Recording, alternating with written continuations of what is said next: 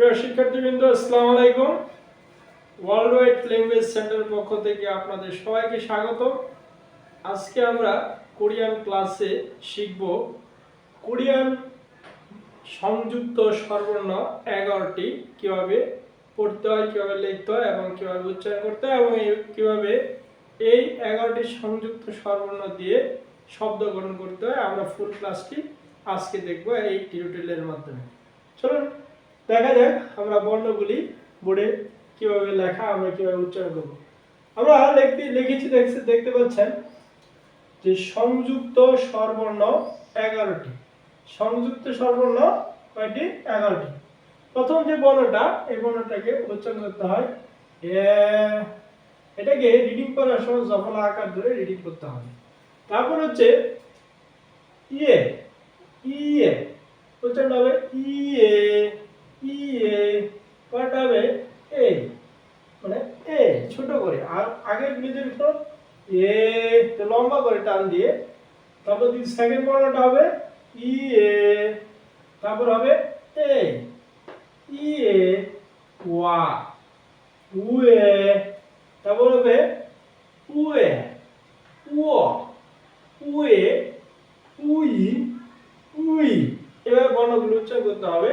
আর এই বর্ণগুলো আমি আবারও পরে শোনাচ্ছি আপনাদেরকে কিভাবে পড়বো আমরা সংযুক্ত স্বরবর্ণ 11টি। প্রথমটা হবে এ, ইয়ে, এ, ইয়ে, ওয়া, উয়ে, আর ওটা হবে উয়ে, উয়া, উয়ে, উই, উই। এই বর্ণগুলি আমরা যখন কোরিয়ান ব্যঞ্জনবর্ণের সাথে প্র্যাকটিক্যাল শিখব, তখন ধরেন আমি কোরিয়ান ব্যঞ্জনবর্ণ গিয়ক লিখলাম, গিয়ক।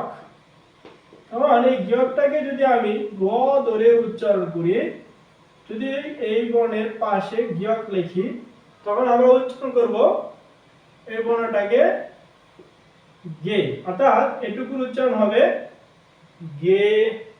তারপর এই বর্ণটা যদি আমি এখানে লিখি, এই যুগের করে গিয়কে গ লিখব, তখন এইটুকুর উচ্চারণ হয়ে যাবে গিয়ে।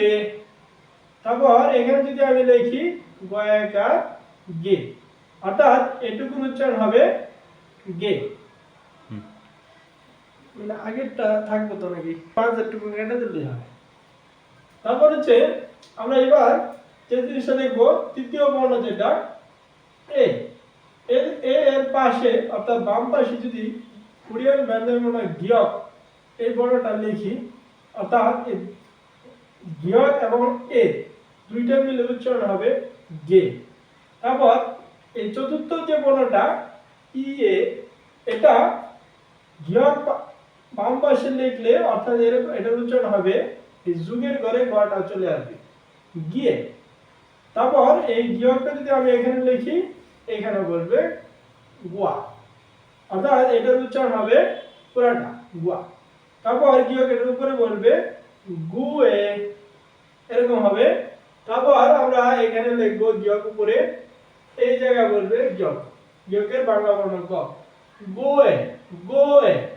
তারপর এটা হবে গুয়া, অর্থাৎ এটুকুর উচ্চারণ হবে গুয়া। কি উচ্চারণ হবে? গুয়া, বয়স গো অন্তস্থ গুয়া, অর্থাৎ এটা টোটালি যদি একসাথে আমরা লিখি এরকম হবে গুয়া। তারপর এটা উচ্চারণ হবে গুয়ে, অর্থাৎ পুরোটা যদি একসাথে লিখি আমরা এরকম উচ্চারণ হবে গুয়ে। তারপর এরকম এখানে লিখলে গুই, অর্থাৎ এই টোটাল এটুকুর উচ্চারণ হবে গুই।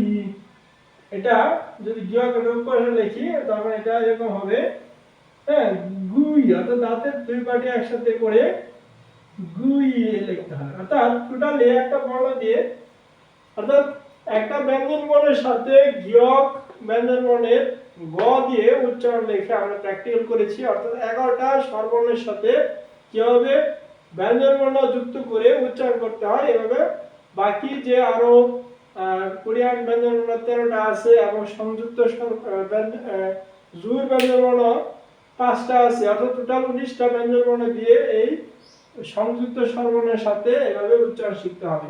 তাহলে আপনি অতি দ্রুত কোরিয়ান ভাষা কিভাবে লিখতে হয়, পড়তে হয় আপনি প্র্যাকটিক্যাল করতে পারবেন। ওকে, ধন্যবাদ সবাইকে। আবারও আপনাদেরকে সবাইকে ধন্যবাদ জানিয়ে আজকে এখানে বিদায় নিচ্ছি। আসসালামু আলাইকুম।